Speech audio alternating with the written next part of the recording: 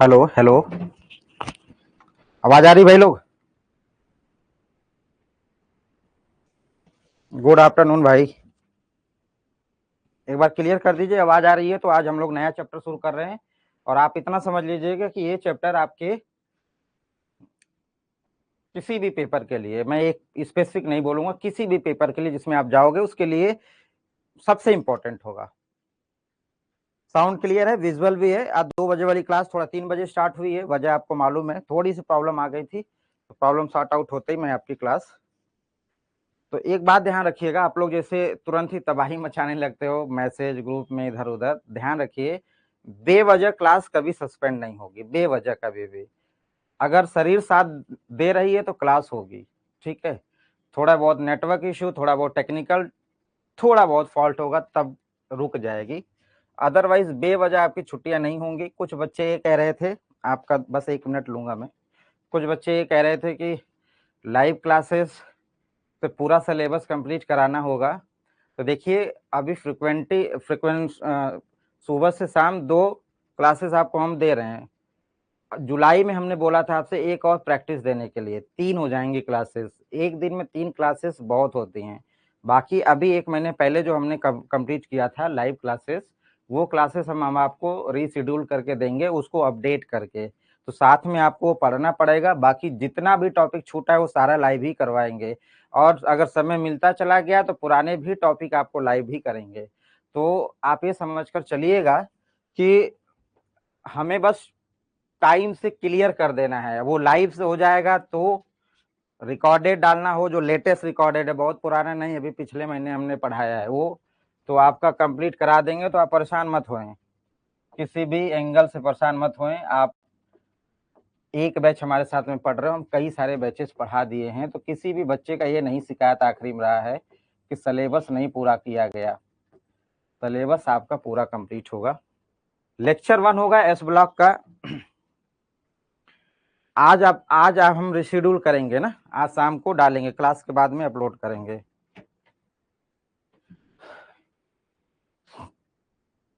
तो चलिए हम आपसे चर्चा कर लेंगे, अभी चर्चा कर लेंगे, क्लास पे आते हैं। तो आज हम लोगों का क्या है, एस ब्लॉक स्टार्ट होने वाला है। लेक्चर नंबर 1 एस ब्लॉक का है।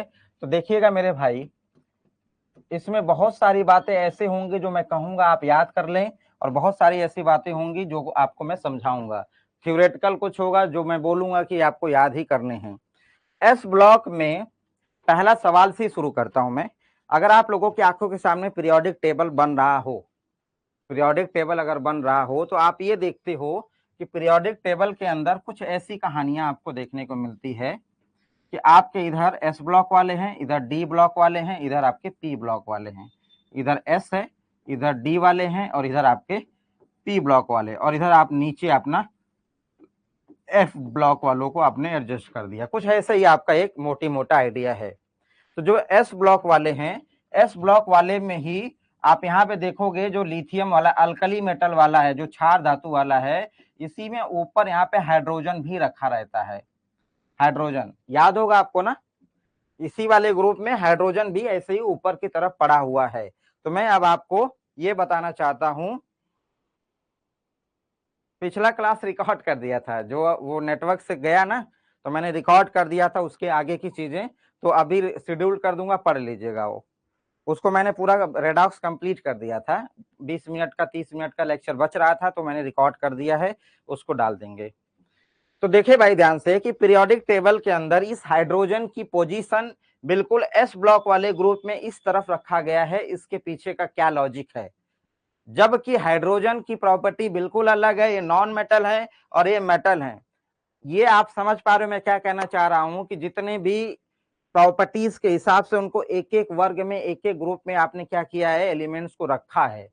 तो जब आपको मालूम है कि जो एस ब्लॉक वाले होते हैं वो एस ब्लॉक वाले आपके क्या होते हैं, मेटल्स होते हैं, तो मेटल्स की प्रॉपर्टी अलग होती है। और यहाँ पे हाइड्रोजन रखा गया है, तो हाइड्रोजन की प्रॉपर्टी क्या है, यहाँ पे अलग होगा, क्योंकि नॉन मेटल है। तो यहाँ क्यों रखा गया है, सबसे पहला सवाल। दूसरा सवाल आपसे ये होगा कि एस ब्लॉक जो है आप जिसको पढ़ने जा रहे हो, उसमें 2 ही ग्रुप क्यों हैं आपके, अल्कली और अल्कलाइन, क्षार धातु और क्षारी वाला, क्षारी मृदा वाला, क्यों ऐसा क्यों है, दो चीजें आपका, ठीक है भाई, बिल्कुल बेसिक से चलेगा भाई, एकदम इससे बेसिक कुछ हो ही नहीं सकता। दो सवाल हमने पूछा है, अब एक एक करके आप जवाब देंगे, फिर हम लोग आते हैं श्री गणेश करते हैं इस पे। पहला सवाल का जवाब मैं देता हूं। देखिए भाई, आपने जब मेंडलीफ के आगे जब आप चले, मेंडलीफ के आगे जब चले, आपका मॉडर्न पीरियोडिक आया, तो मॉडर्न पीरियोडिक आपका क्या कह रहा था, परमाणु क्रमांक के आवर्ती फलन, मतलब एटॉमिक नंबर के क्या हो रहा था, बिहाफ पे बात हो रही थी। तो एटॉमिक नंबर पे सारी की सारी चीजें रखी गई थी, व्यवस्थित की गई थी। तो एटॉमिक नंबर दिमाग में कैसे आया, इलेक्ट्रॉनिक विन्यास से, कि एक ग्रुप में सारे के सारे तत्व जैसे होंगे, वो उनका इलेक्ट्रॉनिक विन्यास एक ही जैसा है। तो इलेक्ट्रॉनिक विन्यास के हिसाब से हुआ। तो हमारा जो हाइड्रोजन है, हाइड्रोजन में देखेंगे, जैसे यहाँ स्टार्ट करें, स्टार्ट करने से पहले आप देखिए लिथियम है 3, तो आप यहाँ पे क्या लिखते हो, 1s2 2s1, 1s2 और 2s1, और यहाँ पे हाइड्रोजन होता है 1, तो हाइड्रोजन क्या है आपका 1s1, 1s1। तो ऐसे लिथियम वाले जितना भी ग्रुप है सब में ऐसे ही s1 s1 s1 s1 s1 आता चला जाता है। तो हाइड्रोजन अपने प्रॉपर्टी के लिए नहीं यहाँ पे है, हाइड्रोजन इलेक्ट्रॉनिक विन्यास इनसे मैच कर रहा है, इसलिए यहाँ पे रखा गया है पहला सवाल का जवाब। ठीक है भाई। दूसरी चीज है, दूसरा जो सवाल हमने कहा था कि एस ब्लॉक केवल ही 2 ग्रुप रखता है, तो उसके पीछे का लॉजिक है कि एस जो सबसेल है, एस सबसेल में मैक्सिमम 2 इलेक्ट्रॉन आप रख सकते हो, या तो 1 इलेक्ट्रॉन या तो 2 इलेक्ट्रॉन। यहां से आपका या तो इसमें 1 रखेंगे, या तो इसमें 1 या 2 रखेंगे। तो 1 है तो आपका फर्स्ट, 2 है तो आपका सेकेंड। इसके अलावा एस में आप नहीं रखोगे, अगर रखोगे तो दूसरे में चला जाएगा। तो मैक्सिमम बैलेंस इलेक्ट्रॉन आपको इसमें 2 ही देखने को मिल जाएगा इस एस सबसेल के अंदर, इसलिए आपको 2 ही ग्रुप मिलेगा। ऐसे ही आप देखोगे पी के लिए आपको मैक्सिमम कितने मिल जा रहे हैं, पी के लिए मैक्सिमम आपको 6, P1 से 6, तो आपको 6 ही मिलेगा, क्योंकि मैक्सिमम 6 इलेक्ट्रॉन भर सकते हो। डी में आप 10 भर सकते हो, इसलिए उसमें 10 ही ग्रुप वर्ग मिलेंगे। तो बात यह है कि हमने शुरू करने से पहले 2 सवाल पूछा था, दोनों सवाल का आपने जवाब दे दिया। अब हम चलते हैं बिल्कुल बेसिक से स्टार्ट करते हैं मेरे भाइयों। तो आपके पास में G1 और G2, G1 फॉर ग्रुप 1 और G2, यहाँ पे G2 ग्रुप 2, ठीक है। G1 और G2 2 ग्रुप है, तो हमने यहाँ पे क्या किया है, हाइड्रोजन हटा ही दिया, हाइड्रोजन गायब, क्योंकि हाइड्रोजन तो अब नॉन मेटल था, इलेक्ट्रॉनिक विन्यास के लिए था, इसलिए हमने उसको उठा के अलग कर दिया, है ना। अब यहाँ पे हम बस केवल और केवल मेटल लिखेंगे, lithium, sodium, potassium, rubidium, caesium और फ्रांसियम। ठीक है भाई, यहाँ पे है ये, ठीक। अब देखिए लिथियम का होता है कितना, 3, 3 में 8 जोड़ देंगे तो कितना हो जाएगा, 8 3 11, 8 3 11 एटॉमिक नंबर के हिसाब से अगर यहाँ पे बात कर लें तो 11 हो जाएगा। फिर 8 जोड़ देंगे तो कितना हो जाएगा भाई, 11 19 हो जाएगा, है ना। अब इसमें आप 18 जोड़ दीजिए, 18 19 कितना हो जाएगा, बोलो भाइयों, 37 हो जाएगा। फिर 18 जोड़ दीजिए, 37 में 18 जोड़ देंगे तो कितना हो जाएगा, 7 8 5 4 1 5 55 हो जाएगा। सही जोड़ रहा हूं भाई, सही जोड़ रहा हूं ना। अब 32 जोड़ देंगे तो 87 हो जाएगा। बोलो यार, एटॉमिक नंबर सीजियम का सही है, ग्रुप 1 ग्रुप 2, हाँ उसी को G1 G2 मैंने लिख दिया है, उसी को मैंने G1 और G2 लिख दिया है मेरे भाई। ठीक है, ये दिख रहा है कि नहीं दिख रहा है आपको, दिख रहा है। अब आगे हम चलें, अगर इनके इलेक्ट्रॉनिक विन्यास की तरफ चलें, तो ये हमारा क्या है, हीलियम, एक नोबेल गैसेस हम ले लें, हीलियम। हीलियम के बाद में कौन सी नोबेल गैसेस आती है भाई बताना, एक बार आप लोगों से ही पूछते चलें, तो आप लोग का थोड़ा सा मुझे समझ में आएगा कि कहाँ पे आप हैं।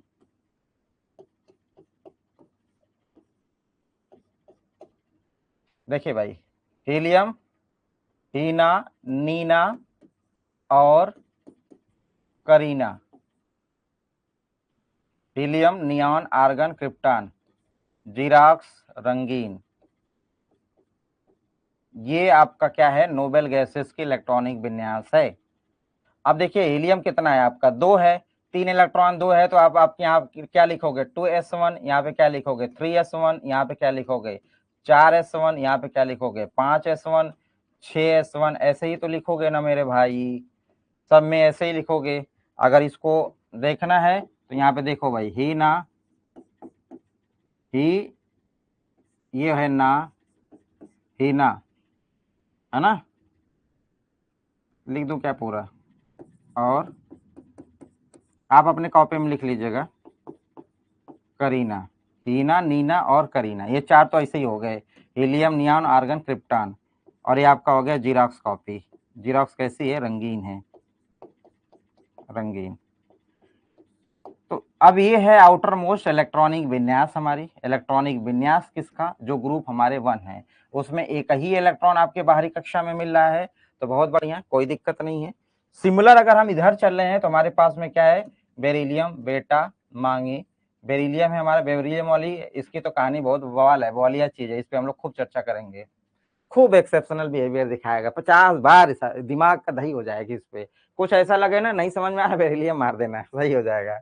बेटा मांगे कार, स्कूटर, बाप, बाकी नीचे वाला आपका रेडियो एक्टिव हो जाएगा, तो उधर जाना ही नहीं है। अब आप यहाँ पे आप देख पा रहे हैं, जैसे यहाँ पे 3 था तो यहाँ पे 4 हो जाएगा, यहाँ पे 11 था तो यहाँ पे 12 हो जाएगा, यहाँ पे 19 था तो यहाँ पे 20 हो जाएगा, है ना भाई, यहाँ पे 37 था तो यहाँ पे 38 हो जाएगा, यहाँ पे 55 था तो यहाँ पे आपका 56 हो जाएगा। सिमिलर ही आपका इसका भी इलेक्ट्रॉनिक विन्यास आपने कर लिया। इलेक्ट्रॉनिक विन्यास में वही आपका हीना आ जाएंगे फिर से, है ना भाई, हीना, या तो पूरा नाम लिख दो, हीना, नीना और करीना लिख दो, यहाँ पे लिख ही देता हूं मैं, तुम्हें बहुत मजा आएगा ना, हीना, नीना, नीना नाम तो अब नहीं सुनने में आता है, हीना, नीना और करीना, हीना, नीना और करीना हो जाएंगी, फिर जीरोक्स, और आगे तो रंगीन छोड़िए। अब यहाँ पे हमारा क्या हुआ भाई, 2s2, 3s2, है ना, 2s2, 3s2, 4s2, 5s2, 6s2, लिखना है तो लिख ही देते हैं, इसको लिख ही देते हैं, 87 है 88, बाप को रुला देते हैं, क्या ही किया जाए, बाप तो रोता ही है जब लड़का सक्सेस ही नहीं होगा तो क्या होगा। हाँ भाई, तो इलेक्ट्रॉनिक विन्यास से शुरू करते हैं, इससे बेसिक कुछ नहीं होगा। तो अगर आपको एस ब्लॉक के इलेक्ट्रॉनिक विन्यास देखने को दे दिया जाए, इनमें से कौन सा एस ब्लॉक के लिए इलेक्ट्रॉनिक विन्यास है, तो आपका जो इलेक्ट्रॉनिक विन्यास है मेरे भाई, आप ये तुरंत कहते हो ये आपका इलेक्ट्रॉनिक विन्यास क्या है, इलेक्ट्रॉनिक विन्यास लिखूं या इलेक्ट्रॉनिक कॉन्फ़िगरेशन लिख दूं, अब कम से कम हिंदी वाले तो इतना समझ ही जाएंगे कॉन्फ़िगरेशन का क्या मतलब है। आपका क्या हो जाएगा मेरे भाइयों, आपका हो जाएगा यहाँ पे एक इनर्ट गैस हो जाएगी, इनर्ट गैस हो जाएगी, और NS1 से लेकर 2, 1 रहेगा तो अल्कली और 2 रहेगा तो अल्कलाइन, ग्रुप 1 और ग्रुप 2। तो पहला तो इलेक्ट्रॉनिक विन्यास से ही शुरू करेंगे, धीरे धीरे धीरे धीरे बढ़ते चलेंगे भाई, ठीक है, बहुत ज्यादा वो नहीं रहेगा हमारा स्पीड, ठीक है, ठीक है भाई, चलें आगे, याद कर लीजिएगा। यहाँ पे जैसे देखिए, यहाँ पे हाइड्रोजन था ना, हाइड्रोजन, हमारे लिए ना करना रब से फरियाद, लिख देता हूं मैं, यहाँ पे हमारे था, हटा देते हैं हमारे को, लिए ना करना, क्या ही करोगे फरियाद करके, सब ऑलरेडी मिला ही है, पहले से ही देकर भेजे हैं भगवान जी, कुछ कमी है ही नहीं। तो इलेक्ट्रॉनिक विन्यास हमने कर दिया यहाँ पे। अब आगे की कहानी, अब आपसे मैं कुछ पूछूंगा सवाल, जवाब आप कमेंट बॉक्स में दोगे, अब कमेंट बॉक्स में जवाब के बाद ही मैं कुछ और आपको आगे लेके चलूंगा। तो मेरा सवाल अब आपसे बनेगा आगे भाई, अब आगे ये है कि ऑक्सीडेशन स्टेट, अभी आपने रेडॉक्स रिएक्शन पढ़ी थी थोड़ी समय पहले ही, तो रेडॉक्स रिएक्शन में हमने एक वर्ड यूज किया था कि इनमें से कौन से वाले हैं जो ऑक्सीडेशन स्टेट को नहीं बदलते हैं। याद करिए वो कौन सी बात थी, मैंने आपसे रेडॉक्स में बोला था ना, कौन से वाले हैं जो ऑक्सीडेशन स्टेट को नहीं बदलते हैं। ठीक है भाई, बताइएगा तो एक बार। याद आ रहा है आपको क्लास? नहीं याद आ रहा है? नहीं याद आ रहा है, क्यों याद आएगा आपको? तो आप हेडिंग लगाएंगे ऑक्सीडेशन स्टेट, हेडिंग होगी आपकी आज। पहले इलेक्ट्रॉनिक विन्यास आपने कर लिया, अब ऑक्सीडेशन स्टेट की आप हेडिंग लगा रहे हो। देखो भाई ध्यान से, चाहे वो एक इलेक्ट्रॉन लेकर, हाँ, चाहे एक इलेक्ट्रॉन लेकर या देकर, एक ही या चाहे जितने, बस वो अपने क्या कर रहा है, इनर्ट कॉन्फ़िगरेशन को अचीव कर ले, तो वही उसका ऑक्सीडेशन स्टेट हो जाएगा। देखिएगा गौर से कि जैसे लिथियम है हमारे पास में, लिथियम है, लिथियम का होता है 3, तो हमने क्या कर दिया भैया, लिथियम का 3 होता है तो एक इलेक्ट्रॉन हमें निकालना है, 3 तो हमने एटॉमिक नंबर लिखा है, हटा देता हूं, ये तो सब जानते हैं, ये तो जग जाहिर है। क्या हो जाएगा, lithium plus plus electron, lithium plus plus electron. अब ये जो एक इलेक्ट्रॉन आपने निकाला है और ये है, तो ये आपका ऑक्सीडेशन स्टेट क्या शो कर रहा है, प्लस का 1, प्लस का 1।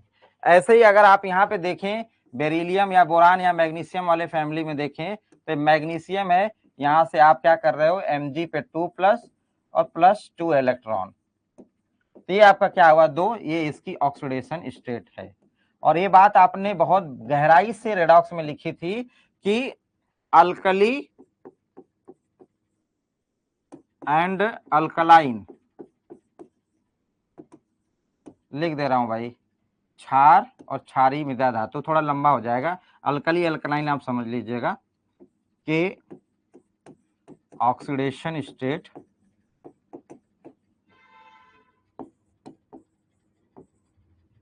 +1 एंड +2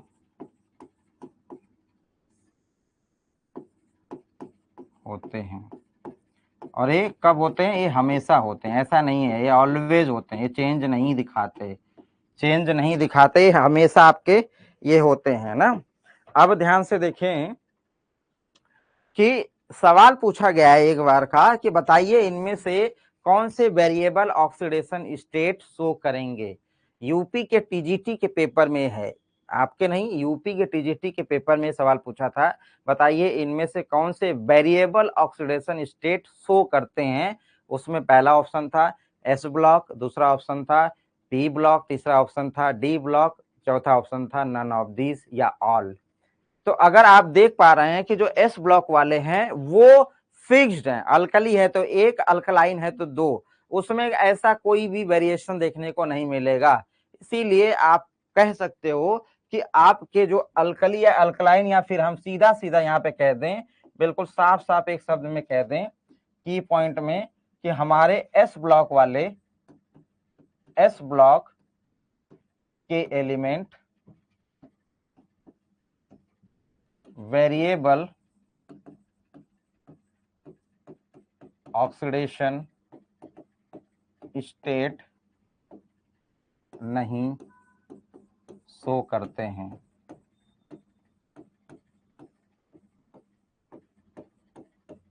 ये बात, ये जो स्टेटमेंट है ये अपने खोपड़े में बैठा के रखिएगा।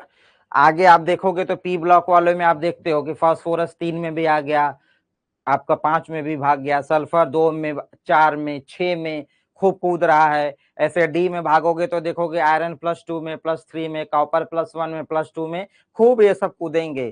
तो आपके वो सब वेरिएबल आपको क्या दिखा रहे हैं, ऑक्सीडेशन स्टेट दिखा रहे हैं। तो ये बात तो आपने बिल्कुल क्लियर कर ली। तो अब ये बताएं कि आपका +1 और +2 और ये वाली सारी चीजें क्लियर है या फिर नहीं क्लियर है। तो आगे बढ़ा जाए फिर।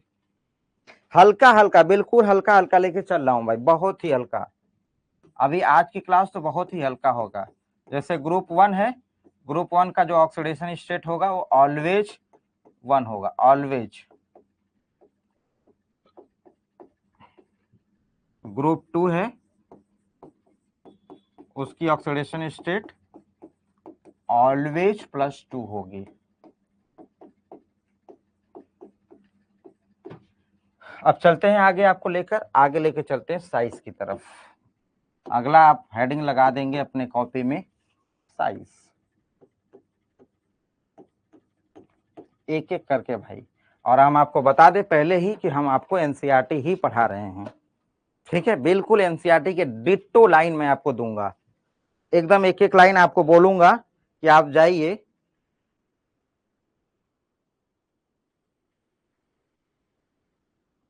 हाँ दोनों सही है, दोनों सही है। जब ऑप्शन में दिया रहेगा पी एंड डी बोथ, तो दोनों सही है भाई। आप एग्जांपल दे सकते हो ना, फास्फोरस दे दीजिए, क्लोरीन दे दीजिए, सल्फर दे दीजिए, है ना भाई। क्लोरीन देखोगे तो एक बॉन्ड से भी बना हुआ है, HCl बना रखा है, फिर ClO4 माइनस ना देखे थे, 7 बॉन्ड बनाया हुआ है। डी ब्लॉक वाले भी हैं, तो आप दोनों दे दीजिए, पी भी दीजिए, डी भी दीजिए। तो अब देखिए भाई, साइज की बात करें तो आपको पता है कि ऊपर से नीचे जाने पे, देखिए मैं इतना समझ के चल रहा हूँ कि आपको पीरियोडिक प्रॉपर्टीज थोड़ा बहुत मालूम है ना। बाकी पीरियोडिक प्रॉपर्टीज मैंने बहुत सही पढ़ाया हुआ है, आप उसको उठा के देख लेंगे, उससे बाहर कहीं जाना ही नहीं है, चाहे जिस लेवल का हो जाए। देखिए साइज की अगर हम बात करें यहाँ से आपसे, तो आपको मालूम है कि left to right, left to right, left to right, left to right. कल की एक बात बताता हूँ आपको, है ना। आज आपकी लंबी क्लास लूंगा, आज कोई क्लास क्लोज है नहीं, आज आप ही के साथ बने रहेंगे। कल गए हम भाई ब्लड डोनेट करने, तबीयत खराब थी, एक दोस्त के मामी का एक्सीडेंट हो गया था, तो बुला लिए, तुम चले गए ब्लड डोनेट करने। तो जो सैंपल लेते हैं भाई कंपाउंडर या जो भी बैठे थे, तो कह रहे हैं क्या करते हैं आप, तो मैं उनसे क्या बताऊं कि क्या करता हूं मैं, तो मैं कहा पढ़ता हूं, मैं तैयारी वारी करता हूं। तो इतना शॉकिंग नजर से उन्होंने हमको देखा ना, अभी तैयारी कर रहे हो, हम के यार, हम डाउट होने लगा हमको अपने पे कि अभी तैयारी कर रहे हो कि क्या मतलब है। तो कह रही उम्र कितनी है, हम के इतनी हो गई। यार अभी तैयारी करो अब। फिर चुप हो गया ना, जैसे अफसोस वाला, जैसे लगा कि यार कौन सा बेचारा आ गया है, कहीं ऐसा तो नहीं खून बेचने आया हो अपना। तो फिर उसके बाद में लेके गया जब अंदर ना, तो इतना इधर लेटो, उधर लेटो, यहाँ खड़े हो गए, वहां बैठो, इतनी मतलब बदतमीजी से। कोई वैल्यू नहीं है, अगर आप तैयारी कर रहे हो, आपके पास में कोई स्टेटस नहीं है आपका, है ना, तो कोई भी आपको ऐसे नर्स कंपाउंडर, यहाँ बैठो, यहाँ क्या खड़े हो गए, यहाँ लेट जाओ, भाई साहब उसने भाई हमारी 10-15 मिनट ना ढंग से ली वहीं पे। और मैं बाहर आके वही सोच रहा था कि अगर कैसे इतने बच्चे हैं तैयारी कर रहे हैं, हमें रोज मिलते रहते हैं एक एक से बच्चे, कैसे उनको समाज जीने देगा, है ना। नहीं जीने देता भाई साहब, वैल्यू ही नहीं करता है। कर लीजिएगा भाई कहीं भी नौकरी वोकरी। चले भाई लेफ्ट टू राइट। चलें आगे बढ़ते हैं।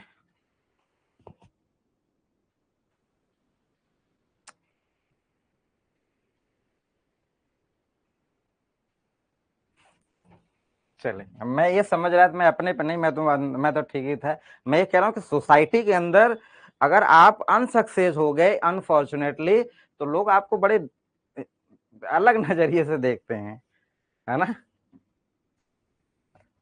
देखिए लेफ्ट टू राइट अगर हम चलते हैं, तो लेफ्ट टू राइट जाने पे बाएं से दाहिने की तरफ हम बढ़ रहे हैं, तो आपको पता है क्या होने वाला है, साइज आकार आपकी क्या होगी, साइज साइज आपकी बढ़ेगी या घटेगी भाई, साइज आपकी डिक्रीज होगी ना, घटता, ऐसे लिख देता हूं, साइज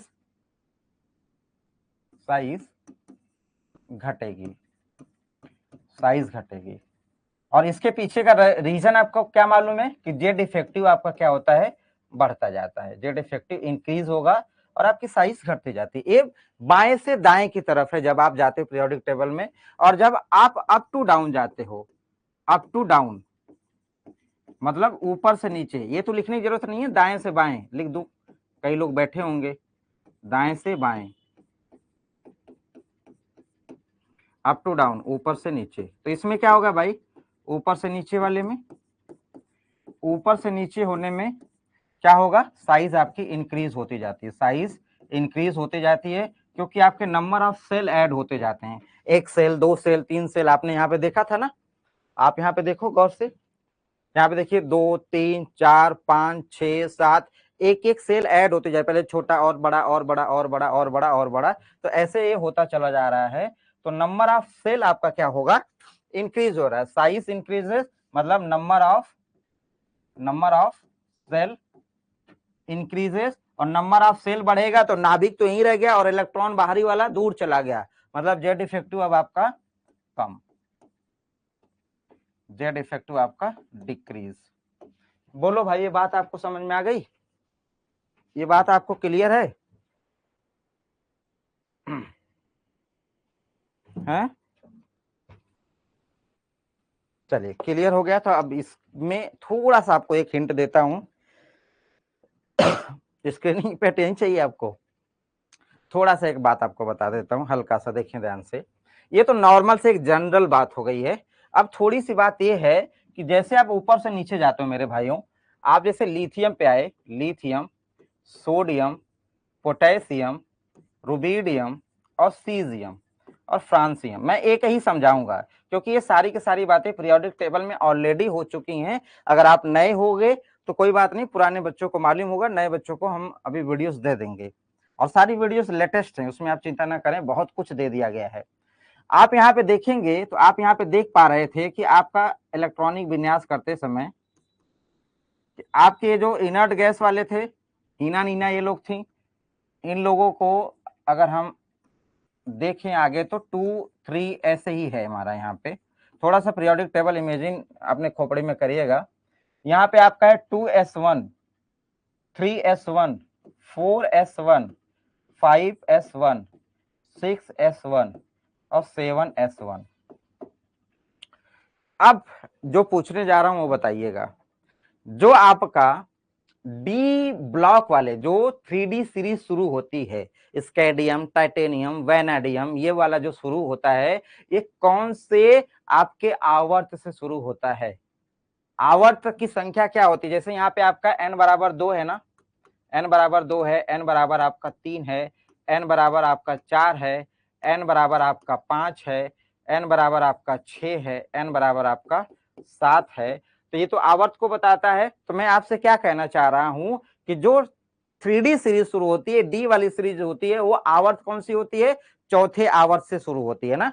यहाँ पे देख पा रहे हैं चौथा आवर्त पोटेशियम है, फिर इधर आएंगे कैल्शियम हो जाएगा, फिर स्कैडियम, टाइटेनियम, वैनाडियम, ऐसे शुरू हो जाता है ना भाई। यहां से शुरू हो जाएगा, यहां से आपका डी वाला शुरू हो जाएगा। जब ये यहां से जाएगा, डी वाला खत्म होगा, पी वाला, फिर ऐसे जब वापस आएगा तो रुबिडियम वाले में डी आ चुका होगा ना, फिर डी वाला ऐसे बढ़ेगा, ऐसे बढ़ेगा, ऐसे आएगा। तो जो सीजियम है, सीजियम के जस्ट बाद एफ वाले शुरू हो जाते हैं। यहां से आपके क्या हो जाएंगे? यहाँ पे आपके एफ ब्लॉक वाले आपको देखने को मिल जाएगा। बोलो यार, बोलो ना यार भाई, बात हम सही कह रहे हैं कि नहीं? कि आपका यहां तक डी वाला ऐसे आया, जब वापस आ रहा है तो एफ वाला शुरू कहां से होता है? आपका एफ वाला का कहां पे जगह है? बोलो। थर्ड ग्रुप, छठा और सातवां आवर्त। याद है कि भुला गए? जो आपके लेंथेनाइड और एक्टोनाइड वाले हैं वो क्या हैं आपके? थर्ड ग्रुप और छठा और सातवां, यही तो था, आपको मालूम है। तो अब देखिए यहाँ पे छठे वाले जो ग्रुप है, छठा वाला ग्रुप में जब ऐसे आगे बढ़ेंगे तो यहाँ पे एफ ब्लॉक आएगा, फिर ऐसे आगे से वापस आएंगे तो यहाँ पे पहले यहाँ पे एफ कॉन्फ़िगरेशन देखने को मिलेगी। कहने का मतलब है कि इस वाले के अंदर जो सीजियम है, इसके इलेक्ट्रॉनिक विन्यास के अंदर आपका एफ नहीं है, समझिएगा। सीजियम वाले के अंदर आपका एफ नहीं है। एफ आया कहां पे? इसमें फ्रांसियम वाले में। समझ गए बात? फिर से समझाऊं?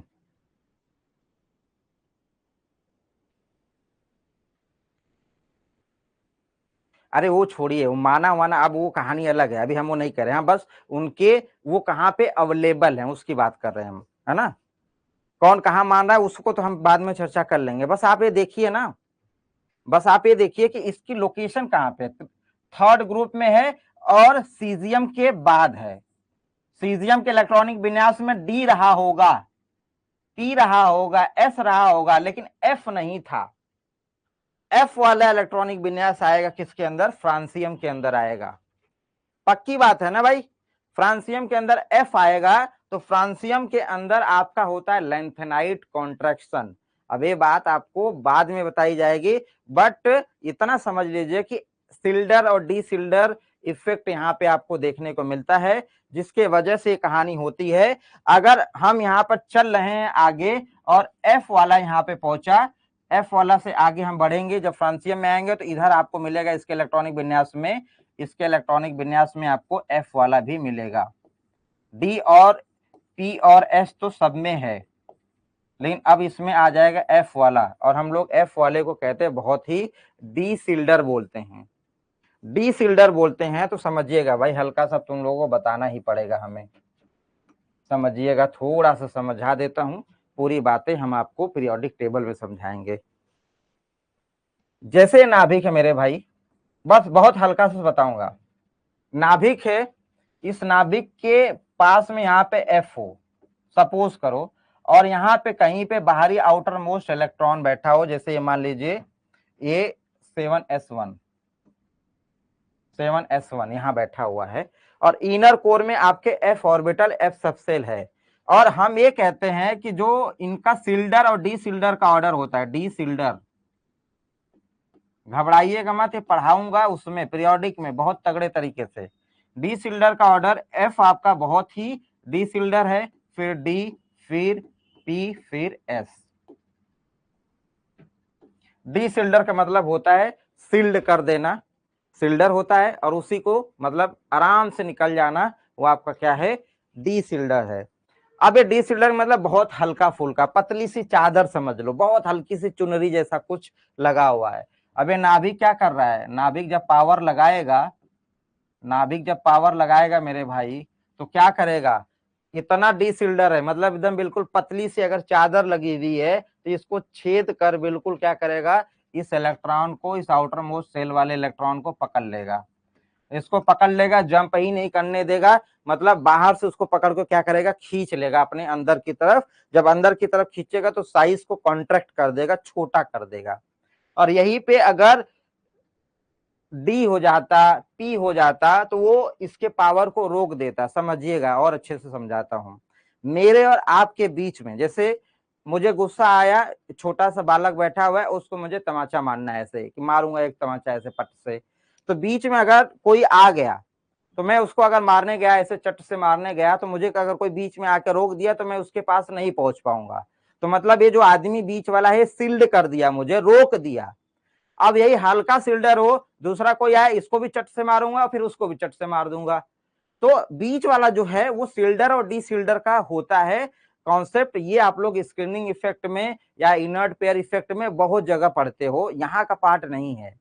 तो एफ वाला होता है बिल्कुल हल्का, तो जब नाभिक पावरफुल होगा, निकलेगा, तो अपने पावर को भेदते हुए उस इलेक्ट्रॉन को पकड़ लेगा, या उस सेल को कॉन्ट्रैक्ट करके खींच देगा पीछे की तरफ, वो नीचे की तरफ आ जाएगा, जिसको हम लोग कहते हैं कॉन्ट्रैक्शन, लेंथेनाइट कॉन्ट्रैक्शन।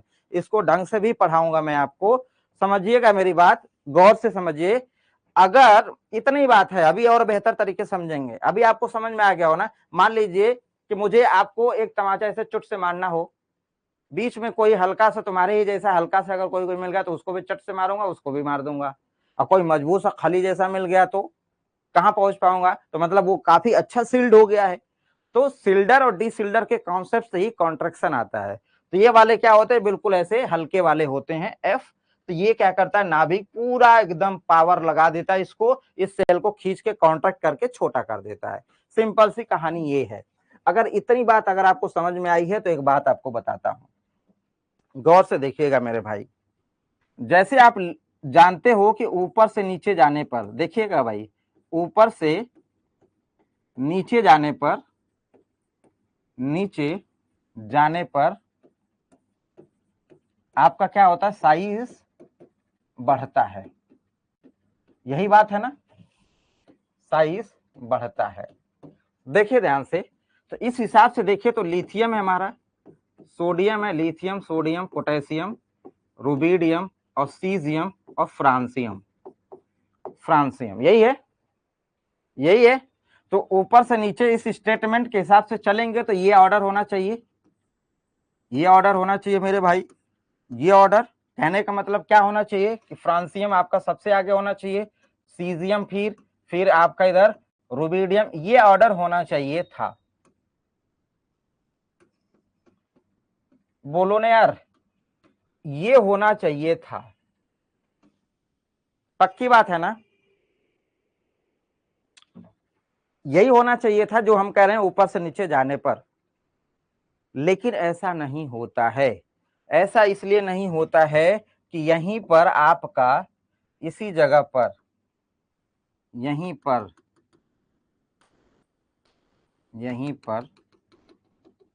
आपका लेंथेनाइट कॉन्ट्रैक्शन होने लगता है। ये अभी आप फिर से बहुत बेहतरीन तरीके से पढ़ेंगे, ये बस हम हल्का सा आइडिया दिए हैं यहाँ पे। ये पूरी की पूरी कहानी है, पूरा पूरा लेक्चर है ये। लेंथेनाइट कॉन्ट्रैक्शन, लेंथेनाइट कॉन्ट्रैक्शन जब होगा तो लेंथेनाइट कॉन्ट्रैक्शन में आपने अभी अभी देखा कि फ्रांसियम वाला, इसमें एफ वाला डी सिल्डर वाला मौजूद हो गया था। अब ये एफ वाला क्या कर रहा है, डी सिल्डर होने की वजह से इसको पकड़ के खींच लेगा, तो जो साइज बड़ी होनी थी वो साइज थोड़ी सी हल्की सी पिचक जाती है। तो इस वजह से क्या होगा इस जगह पर कि ये जो ऑर्डर हमने लगाया है ये ऑर्डर ऐसे नहीं होगा। जैसे आप यहाँ पे देख पाएंगे कि ऑर्डर हमारा जैसे लिथियम है, lithium, sodium, potassium, rubidium, caesium और फ्रांसियम। तो इसमें क्या होगा, सारा सब कुछ सही है, ऊपर से आपका ऐसे बढ़ेगा, बट जैसे ही फ्रांसियम पे पहुंचेंगे, फ्रांसियम सीजियम से हल्का सा छोटा हो जाएगा, हल्का सा ये छोटा हो जाएगा। तो कहने का मतलब ये है कि आपका जो एक्चुअल में ऑर्डर होना चाहिए ये वाला नहीं है, कुछ ये वाला ऑर्डर आपका है। क्या ऑर्डर लगेगा मेरे भाई, ऑर्डर लगेगा आपका सबसे बड़ा हो जाएगा सीजियम, सीजियम सबसे बड़ा हो जाएगा, फिर आपका ये फ्रांसियम, फिर आपका ये रुबिडियम, ठीक, फिर आपका ये पोटेशियम, फिर आपका सोडियम, फिर आपका लिथियम। ये वाली चीज आपको थोड़ी सी हल्की सी नोटिस करनी पड़ेगी। तो आपने नोट करके क्या लिखना है कि आपके पूरे के पूरे पीरियोडिक टेबल के अंदर, पूरे आवर्त सारणी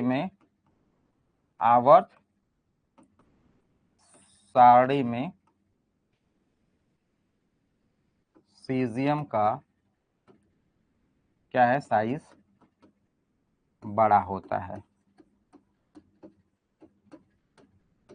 ठीक है भाई, सीजियम की साइज बड़ी होती है, पहली बात आपने यही कर ली। ठीक है, क्लियर है बात, हल्की सी बात, अभी बस थोड़ा सा आइडिया दिया हूं इसको हम लोग, मैं बता रहा हूं कि कहां पढ़ना है, हमें पीरियोडिक टेबल के अंदर पढ़ना है। बोलो भाई ये बात अगर आपको समझ में आ गई तो मैं अब आपको आगे लेकर चलूं, थोड़ा धीरे धीरे चला जाएगा, बोलते रहें। तो पूरे आवर्त सारणी में किसकी साइज सबसे बड़ी होगी, एटॉमिक साइज की बात हम लोग कर रहे हैं। आप आयन वायन में चढ़ा दीजिए, उस पर माइनस चार्ज, उस पर प्लस चार्ज, एटॉमिक साइज बिल्कुल न्यूट्रल, बिल्कुल अपने नॉर्मल स्टेट में। तो बताएं, ऊपर से नीचे जाने पर साइज बढ़ती है, बट आपको यहाँ पे सीजियम और फ्रांसियम में थोड़ा सा ट्विस्ट देखने को मिल जाएगा। क्लियर है, ऑल क्लियर है, तो आगे लेकर चलूं आपको। चलिए अब हम आपको आगे लेके चलते हैं, ठीक है। अब लिखिए आयनाइजेशन, मतलब आप अभी अल्कली मेटल में ही, अल्कली और अल्कलाइन एस ब्लॉक में ही पढ़ रहे हो, आपकी आयनाइजेशन। हाँ हाँ बिल्कुल बिल्कुल सेम चीज होगा, जो आपका यहाँ पे जो ऑर्डर घूम गया था सेम ऑर्डर वहां पे भी होगा, ऑर्डर में कोई परिवर्तन नहीं आएगा, क्योंकि एफ वाला तो घुस चुका है ना, 7वें आवर्त में एफ वाला आ चुका है। देखिए ध्यान से यहाँ पे, अब ये 7वें में एफ वाला आ गया है, तो ये जब एल्कली के लिए तो अल्कलाइन में भी तो एफ रहेगा ना, उसमें भी सेम कहानी वो बनाएगा, तो आपको उसमें चर्चा करने की जरूरत नहीं है, सिमिलर कॉन्सेप्ट, सिमिलर बिल्कुल ऑर्डर आपको वहां पे लगाना है। ठीक है भाई, अब चलें आयोनाइजेशन एनर्जी की तरफ लेकर चलते हैं आपको। आयोनाइजेशन हल्का हल्का, बस हल्के हाथ से बस लेकर चल रहे हैं आपको, आयोनाइजेशन एनर्जी।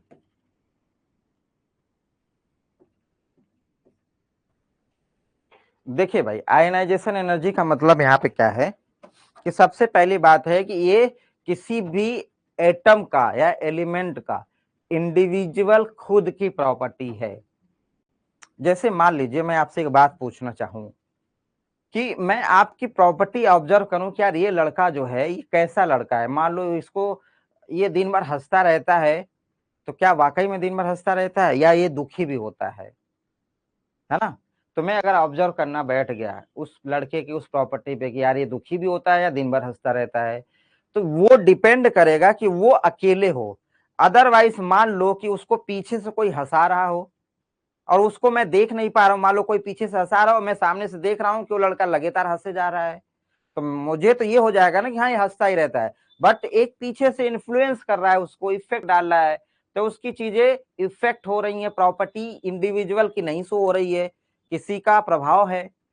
ऐसे ही एलिमेंट का भी होता है, एलिमेंट की इंडिविजुअल प्रॉपर्टी अगर हमें निकालनी होती है तो उसके इर्द गिर्द कोई ना हो, उसको सबसे पहले आप आइसोलेट करिए। जैसे कोरोना में आप आइसोलेट करते थे लोगों को, बिल्कुल वैसे आइसोलेट करिए। अब उसके आसपास उसको प्रभावित करने वाला कारक कुछ भी ना हो। जब ऐसे कारक नहीं होंगे, फिर अगर हम उसकी प्रॉपर्टी निकालेंगे तो उस पर्टिकुलर एलिमेंट के ही प्रॉपर्टी आएगी। तो हम करने वाले हैं यहाँ पे किसी भी आइसोलेटेड गैसियस एटम से, सुनिएगा, किसी भी आइसोलेटेड का वर्ड समझ में आ गया आपको, किसी भी आइसोलेटेड गैसियस एटम से इलेक्ट्रॉन को पलायन कराने के लिए या फिर इलेक्ट्रॉन को बाहर निकालने के लिए जितनी ऊर्जा हम देते हैं, वही ऊर्जा हमारी क्या है, आयनाइजेशन एनर्जी है भाई। बोलो भाई। हाँ बिल्कुल सही मंदाकिनी, बिल्कुल बात सही है, लेंथेनाइट कॉन्ट्रैक्शन के वजह से। तो ये सवाल आपसे पूछा जा सकता है स्टेटमेंट में ऐसे कि सीजियम ग्रेटर देन फ्रांसियम से साइज में है, तो ड्यू टू में आपको मालूम होना चाहिए कि किस रीजन से है ये ना, ड्यू टू से मालूम होना चाहिए। Minimum amount of energy required to remove an electron from the outer most shell of an isolated gases atom is called ionization energy. यही हम आपको बात समझा रहे हैं जो आपने लिखा है ना? यही बात हम समझा रहे हैं कि आप इलेक्ट्रॉन को निकालने जा रहे हो, अब आपके ऊपर आप आउटर मोस्ट से बाहरी कक्षा से निकाल दे रहे हो या कौन से इलेक्ट्रॉन को निकाल रहे हो। अब बेसिकली आप उसको ऊर्जा दे रहे हो और इलेक्ट्रॉन पलायन कर रहा है, तो जो मिनिमम ऊर्जा लग रहा है हल्का सा दिए निकल गया, तो उसकी आयनाइजेशन एनर्जी बोली जाएगी। क्या एटम को आइसोलेट, हाँ भाई कर सकते हैं, आइसोलेट नहीं करेंगे तो इसकी प्रॉपर्टी कहां से निकाल पाएंगे आप? आपके जो एलिमेंट हैं, एलिमेंट की प्रॉपर्टी, ये सारी की सारी प्रॉपर्टीज क्या हैं आपकी, आपकी खुद की इंडिविजुअल की आइडेंटिटी है, इंडिविजुअल की आइडेंटिटी है। देखिए ध्यान से गौर से देखिए कि अगर हमारे पास में यहां पे हमने रखा सोडियम ही रखा, मान लीजिए सोडियम रखा और सोडियम है 11, सोडियम है 11। अब इस सोडियम का 2, 8 और 1, 2, 8 और 1। अब हमने यहाँ पे इलेक्ट्रॉन बिछाने शुरू कर दिए, इलेक्ट्रॉन बिछाने शुरू कर दिए, मतलब कहने का साफ है कि हमने इसमें 2 इलेक्ट्रॉन दिए, 1 इलेक्ट्रॉन, 2 इलेक्ट्रॉन, फिर इसमें 1 electron, 2 electron, 3 electron, 4 electron, 5 electron, 6 electron, 7 electron और 8 इलेक्ट्रॉन, और ये लास्ट वाला इलेक्ट्रॉन है। मान लीजिए मुझे इस पर्टिकुलर इलेक्ट्रॉन को बाहर निकालना हुआ, इस इलेक्ट्रॉन को बाहर निकालना हुआ, नाभिक से दूर है, निकालना हुआ, तो मैं जो इसको ऊर्जा दे रहा हूं, इस ऊर्जा को पाते ये क्या कर जाए, पलायन कर जाए, ये क्या कर जाए, पलायन कर जाए। जब ये पलायन कर जाएगा, स्केप हो जाएगा, तो ये आपका क्या हो जाएगा भाई, ये आपका जो भी मिनिमम ऊर्जा लगी होगी इसको बाहर निकालने के लिए, वही मिनिमम ऊर्जा आपकी क्या है, आयनाइजेशन एनर्जी है। अब गौर से देखिएगा, आप अभी अभी साइज पे थे, अभी अभी साइज पे थे, और जेड इफेक्टिव का बड़ा रोल होने वाला है ना, जेड इफेक्टिव का बहुत बड़ा रोल होने वाला है। अब एक चीज आप समझें, एक चीज आप ये देखें कि अगर जेड इफेक्टिव बहुत पावरफुल होगा, जेड इफेक्टिव बहुत ही पावरफुल होगा, एक एटम कैसे अलग करेंगे सर? अब भाई अब क्वांटम फिजिक्स में मत घुसिए ना, सारी चीजें हैं जो बताई गई हैं उस सब का एग्जिस्टेंस है, क्वांटम फिजिक्स एक्सप्लेन कर देगी हर चीज को, तो उधर ना जाएं, अभी फिलहाल यहीं पे बैठे रहें। देखो भाई, जो जेड इफेक्टिव होगा अगर उस इलेक्ट्रॉन को, जो बाहरी कक्षा में इलेक्ट्रॉन है, उसको बहुत तेजी से पकड़ कर रखे रहेगा। तो मुझे ऊर्जा दूंगा तो बहुत ज्यादा ऊर्जा देनी पड़ेगी उसको निकालने के लिए। और यही यही क्या, जेड इफेक्टिव बहुत हल्का हो, मतलब इलेक्ट्रॉन बहुत दूर दूर होगा, तो उसको निकालने के लिए क्या होगा, बहुत ही कम, ऐसे हल्का सा आपने दिया है और उड़ के बाहर चला गया, है ना। अब जैसे मान लीजिए आप क्लास 11-12 का बच्चा घर पे है, क्लास 11-12 का बच्चा घर पे है, उसके कोई फ्रेंड आए उसके पास और कहे चलो यार आज पिक्चर देखने चलते हैं, बढ़िया मस्त मूवी लगी है, तो वो जल्दी नहीं जाएगा, क्योंकि मालूम है कि जेट इफेक्टिव उसका तगड़ा है, वो निकलेगा और ऐसे चट से खाएगा, उसके पिताजी उसके माताजी उसको मार देंगे कि कहाँ जा रहे हो, रहो यहीं पे। जेड इफेक्टिव तगड़ा है, नहीं भागेगा, वो जल्दी पलायन नहीं करेगा। और वही क्या है, हॉस्टल लेके घर से कुछ दूर पे, किलोमीटर पे रहे, दूरियां बढ़ गई, मम्मी पापा गांव में है, वो हॉस्टल में रह रहा है, कोई भी इन्फ्लुएंस कर दिया, अपने इन्फ्लुएंस में चला गया घूमने, तो बड़ा आसानी से कम ही एक ही बात, अरे यार चलो यार, हाँ चलो चलो। तो अगर जेड इफेक्टिव का इम्पैक्ट कम पड़ने लगेगा तो वो क्या होगा, थोड़ा दूर रहेगा, और दूर रहेगा तो थोड़ा सही ऊर्जा दोगे वो बाहर अपना पलायन कर जाएगा। तो कहने का मतलब ये है कि जो आयनाइजेशन एनर्जी है इसका कुछ साइज के साथ में कोरिलेशन है। अगर हमारा साइज बड़ा दिख रहा है तो थोड़ा सी ऊर्जा दूंगा और कहानी खत्म हो जाएगी, इलेक्ट्रॉन बाहर मूव कर जाएगा। तो मैं ये कह सकता हूं कि आयनाइजेशन एनर्जी जो है हमारी, वो इनवर्सली प्रोपोर्शनल टू साइज है। जिसकी साइज जितनी बड़ी होगी, जिसकी साइज जितनी बड़ी होगी, उसको उतना ही कम ऊर्जा लगेगा बाहर निकालने के लिए। साफ साफ मतलब है कि अगर ये वाली चीज हमने रेडियाई वाली जो चीज अभी अभी पढ़ी है थोड़ी देर पहले, ये हमारा साइज का ऑर्डर है, तो इसी का उल्टा कर देंगे तो हमारी आयनाइजेशन एनर्जी का ऑर्डर हो जाएगा। बिल्कुल ये बात आपको समझ में आ गई होगी कि अगर मैं आपसे यहाँ पे कह दूं मेरे भाई कि गौर से देखिए, गौर से देखिए कि अगर ये साइज का ऑर्डर था हमारा कि सीजियम सबसे बड़ा था हमारा, सीजियम सबसे बड़ा था, तो सीजियम इस बार आपका क्या हो जाएगा, उसकी आयनाइजेशन एनर्जी सबसे कम हो जाएगी।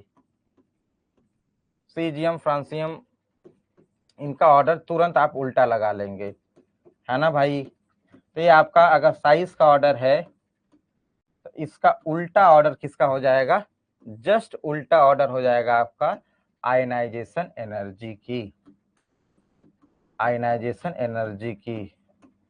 ये लिथियम छोटा है, बिल्कुल नाभिक के पास रहेगा, नाभिक उसको एकदम जोर से चपक के पकड़ा रहेगा, तो आपका क्या हो जाएगा, ये आपकी आयनाइजेशन एनर्जी का ऑर्डर हो गया। बोलो भाई, अब इसमें first ionization energy, second ionization energy, बहुत सारी ये डिफिनीशन इसमें लिखवाऊंगा पीरियोडिसिटी में ना। इसमें बस आपको बेसिक्स आइडिया दे रहे हैं, डिफिनीशन आपको पीरियोडिसिटी में लिखवाऊंगा। अदरवाइज डिफिनीशन जब भी लिखना होगा तो जब मैं बोलता हूं तो पोस्ट करके वीडियो लिख लिया करिए। तो आप देखें ध्यान से कि अगर मैं यहाँ पे कहूँ आयनाइजेशन एनर्जी के टर्म में बात करूं, मान लीजिए हमारे पास में क्या है, पोटेशियम है, और मान लीजिए हमारे पास में कैल्शियम है। तो फर्स्ट आयनाइजेशन एनर्जी पोटेशियम की, first ionization energy, first ionization energy potassium की और फर्स्ट आयनाइजेशन एनर्जी कैल्शियम की, किसकी ज्यादा होगी। फर्स्ट मतलब एक इलेक्ट्रॉन का निकालना, सेकेंड बोलूंगा तो दो इलेक्ट्रॉन का निकालना।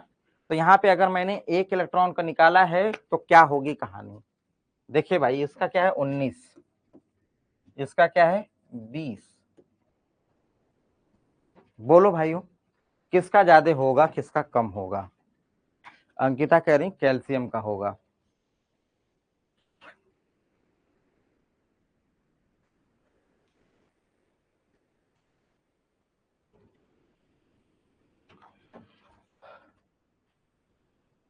कैल्शियम की, और भी एक दो लोग और जवाब दें। लाइव क्लास में पॉज नहीं होगा, आपका पॉज का ऑप्शन आएगा उसमें।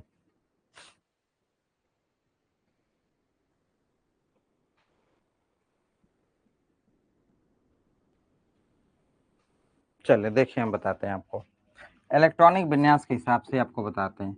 जैसे ये हुआ हमारा क्या, आर्गन हुआ, ये हुआ आर्गन, और आर्गन 4s1, और ये हमारा क्या हुआ आर्गन 4s2, आर्गन 4s2। ठीक, अब यहाँ पे आपका हाफ फील्ड इलेक्ट्रॉन भरा हुआ है और यहाँ पे आपका फुल फील्ड इलेक्ट्रॉन भरा हुआ है। तो हाफ फील्ड इलेक्ट्रॉन से आपको एनर्जी कम देनी पड़ेगी, निकालना बहुत आसान होगा उसके कंपेयर में। तो आप यहाँ पे देख पा रहे हैं कि जो आपकी फर्स्ट आयनाइजेशन एनर्जी है, मतलब आपने क्या किया है कि एक इलेक्ट्रॉन निकाल दिया, K+ हो गया होगा, और यहाँ पे आपका कैल्शियम Ca+ हो गया होगा। तो अब ये आपका कैसा कॉन्फ़िगरेशन अचीव कर लिया है, आर्गन, एक इलेक्ट्रॉन आपने निकाल दिया, ये अब हो गया आर्गन, बिल्कुल एकदम बिल्कुल इनर्ट गैस कॉन्फ़िगरेशन। और ये आपका क्या हो गया आर्गन, आर्गन और 4s1, ये आपका यही हुआ। तो अब आपको मालूम है कि जो फर्स्ट आयनाइजेशन एनर्जी है वो किसकी ज्यादा होगी, इसकी ज्यादा हो जाएगी, क्योंकि ये पूरी तरीके से क्या है फुल फील्ड है। तो आपने फर्स्ट आयनाइजेशन एनर्जी के टर्म में जब बात की तो आपका क्या हुआ, कैल्शियम का ज्यादा हो गया पोटेशियम से, ये आपकी फर्स्ट आयनाइजेशन एनर्जी है। अब आपका एक इलेक्ट्रॉन निकल चुका है मेरे भाई, अब दूसरा इलेक्ट्रॉन आपको निकालना है। अब दूसरा इलेक्ट्रॉन निकालने का मतलब है कि जो इलेक्ट्रॉनिक विन्यास आपको मिलने वाला है अब वो K+ से है, और K+ की इलेक्ट्रॉनिक विन्यास क्या है आर्गन है, और कैल्शियम प्लस की इलेक्ट्रॉनिक विन्यास क्या है आर्गन और 4s1। अब यहां से इलेक्ट्रॉन निकालना आपके लिए आसान है या फिर आपको यहां से इलेक्ट्रॉन निकालना आसान है, तो जाहिर सी बात है यहां से आप इलेक्ट्रॉन बहुत आसानी से निकाल सकते हो, यहाँ पे कम ऊर्जा लगेगी कंपेयर टू इसके। तो जो आपका सेकेंड आयनाइजेशन एनर्जी होगा वो K पोटेशियम का ज्यादा होगा कैल्शियम से। क्या ये मैं बात सही कह रहा हूं, बोलो यार, क्या ये जो मैंने दोनों बात लिखी है क्या सही है?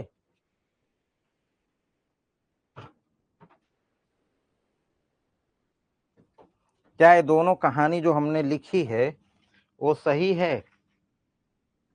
किसी को कोई डाउट या समस्या हो तो हमें बताएं।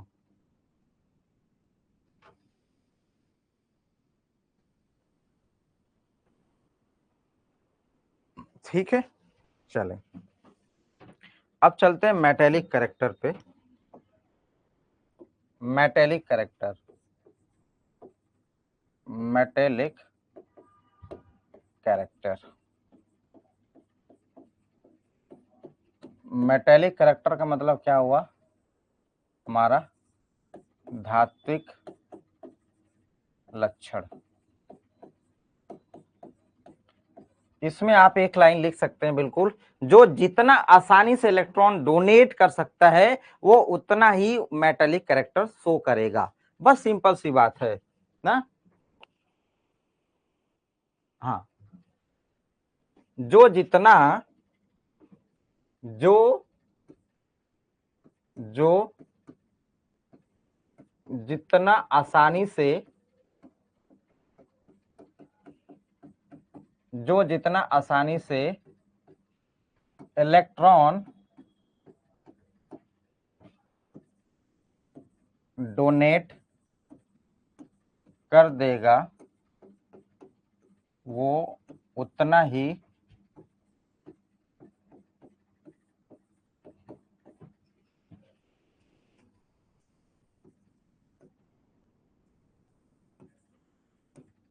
धात्विक लक्षण शो करेगा या दर्शाएगा। कहने का साफ साफ मतलब है, कहने का साफ साफ बिल्कुल मतलब है, जिसकी भी आयनाइजेशन एनर्जी जितना कम, जिसकी आयनाइजेशन एनर्जी जितना कम, मतलब बहुत ही कम में जो निकल जाए वही तो, जिसकी आयनाइजेशन एनर्जी जितना कम वो उतना ही क्या है मेटेलिक कैरेक्टर दिखा। बोलो भाई, बोलो भाई, बोलो बोलो, हाँ वो बात हम सही कह रहे हैं,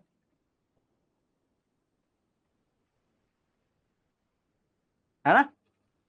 जो अब कौन आसानी से दे पाएंगे, आप ऊपर से नीचे जा रहे थे, आप देख रहे थे थोड़ा सा आप ऊर्जा दे रहे थे और सीजियम इलेक्ट्रॉन छोड़ दे रहा था, तो ऊपर से नीचे जाने पे आपके जो धात्विक लक्षण है या मेटेलिक कैरेक्टर वो क्या हो रहे हैं, बढ़ रहे हैं। या फिर ये कह लें कि इलेक्ट्रॉन निगेटिव नेचर क्या होता है, इलेक्ट्रॉन को रखने का, और इलेक्ट्रो पॉजिटिव नेचर क्या होता है, इलेक्ट्रॉन को छोड़ने का। तो जो जितना इलेक्ट्रो पॉजिटिव नेचर होगा वो उतना ही क्या होगा, मेटेलिक कैरेक्टर भी रखेगा। अगर मैं इसको इस तरीके से बोलूं, जिसका इलेक्ट्रो पॉजिटिव नेचर जितना अच्छा होगा, more electro positive nature, more electro positive nature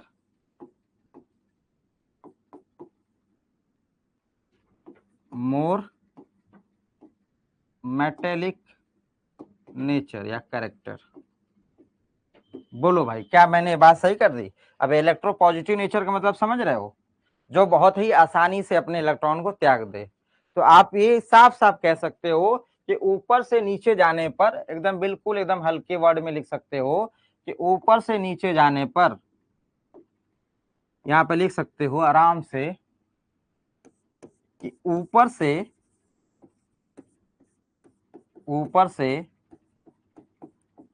नीचे जाने पर, ऊपर से नीचे जाने पर आपका इलेक्ट्रो पॉजिटिव नेचर, और दूसरी बात मेटेलिक नेचर बढ़ता है।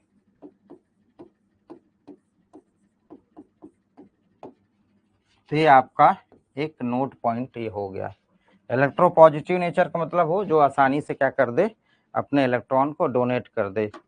बोलो भाई, ये बात कितने लोगों को समझ में आ गई और कितने लोग सहमत हैं? ठीक, जैसे कोई मेटल हो, अब मेटल एक इलेक्ट्रॉन छोड़ रहा है, M प्लस प्लस एक इलेक्ट्रॉन, तो ये इलेक्ट्रॉन छोड़ने के लिए ये कितना आसानी से छोड़ दे रहा है, जितना आसानी से छोड़ेगा उतना ही अच्छा ये क्या होगा। ये तो बिल्कुल सौरभ सरकार कह रहे हैं कि फ्रांसियम और सीजियम में किसका मेटेलिक कैरेक्टर। अब आप तो बिल्कुल साइज पे बिल्कुल, आपको तो कोरिलेट कर लेना चाहिए, तो सवाल ही नहीं उठता है, ये तो सवाल ही नहीं उठता है, कोरिलेट कर लेना चाहिए आपको। बोलो भाई, साइज बड़ा है, आसानी से निकल जाएगा।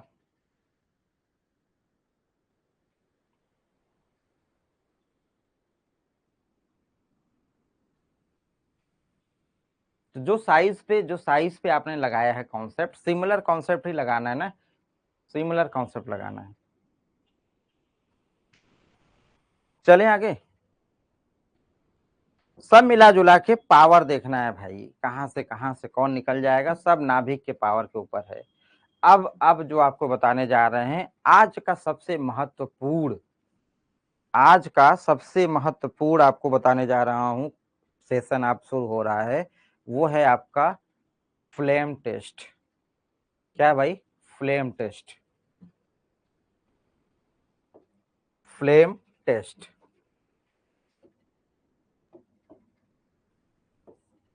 हेडिंग लगा लीजिएगा, flame photometry, photometry, flame photometry. Flame मतलब होता है आपका ज्वाला,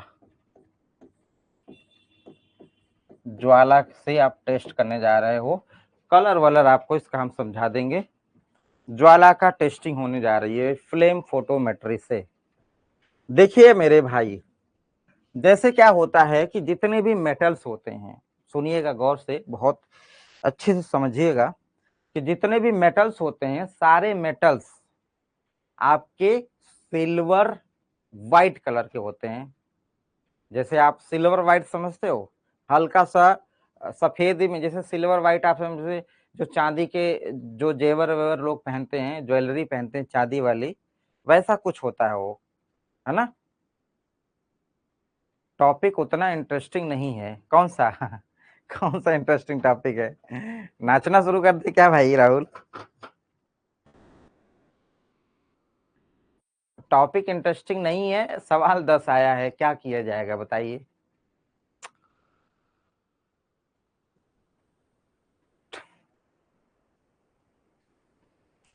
अगर मजे दिलाना है तो बताइए, नाच ही दें, वो भी हम कर लेते हैं थोड़ा बहुत। है ना। तो ज्वाला, बाला वाले बाला पे डांस कर दूं क्या? कहते तो डांस ही कर दे बाला पे। ज्वाला की जगह बाला बाला कर दें। देखो भाई ध्यान से देखो, जितने भी मेटल्स होते हैं हमारे पास में, मेटल्स वो क्या होते हैं? Silver white, silver white, silver white, बिल्कुल चांदी जैसी सफेदी होती है उसमें, है ना। ये देखो कह रहे हैं जी। देखो ये लोग 1500 2000 रुपए दे के टीचर भी नचा रहे हैं, बहुत बढ़िया यार। ऑर्केस्ट्रा बना दिए तो।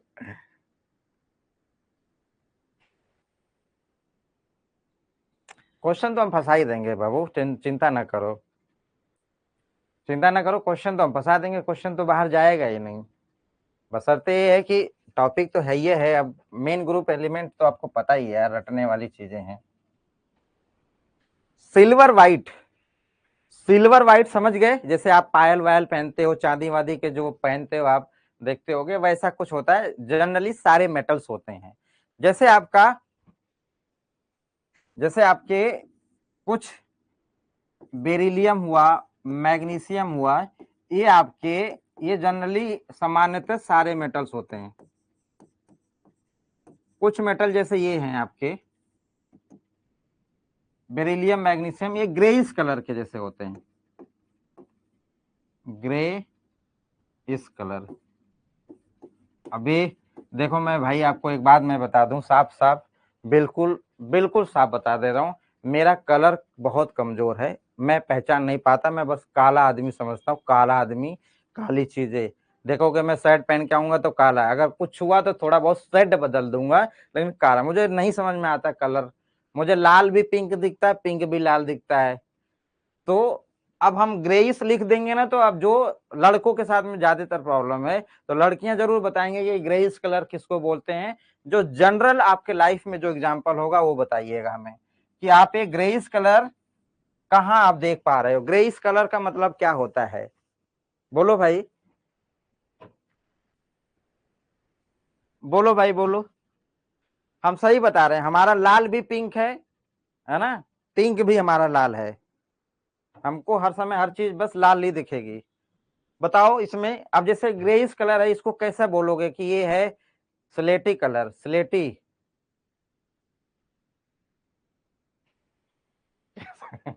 चलो तुम समझ गए ना, तो तुम समझ गए तो फिर बहुत बहुत बढ़िया है।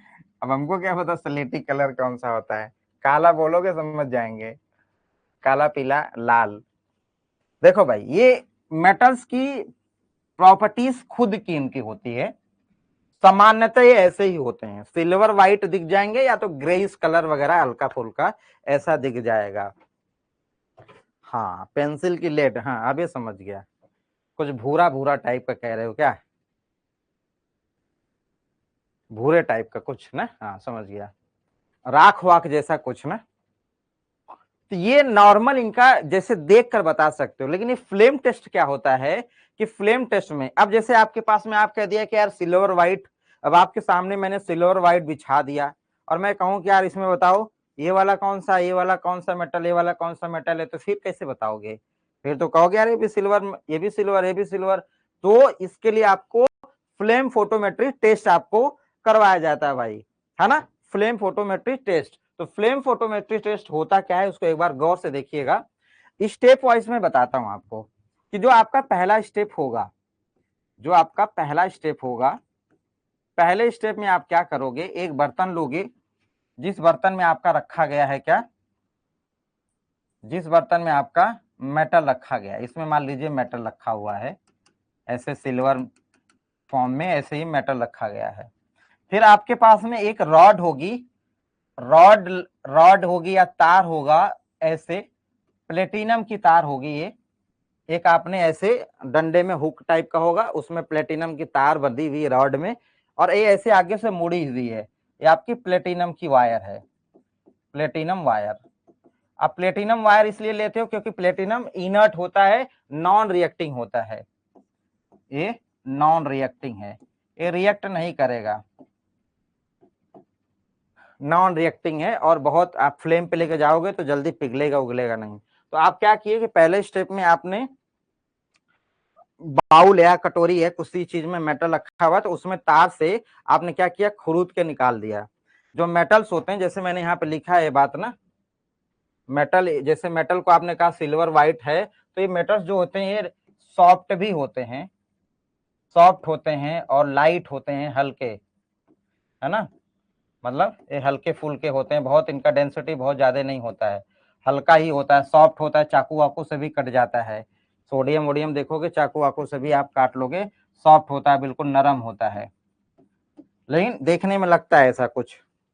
अब देखो ध्यान से कि प्लेटिनम वायर है, एक कुछ ऐसा ही आपके सामने मेटल्स रखा हुआ है, तो आपने लकड़ी से क्या कर दी, खुदेड़ दी। जैसे आप लोग गुड़ देखे हो, गुड़, हाँ भाई, जो बिल्कुल टाइट वाला एकदम बिल्कुल चक्का जैसा गुड़ होता है, देखे हो, है?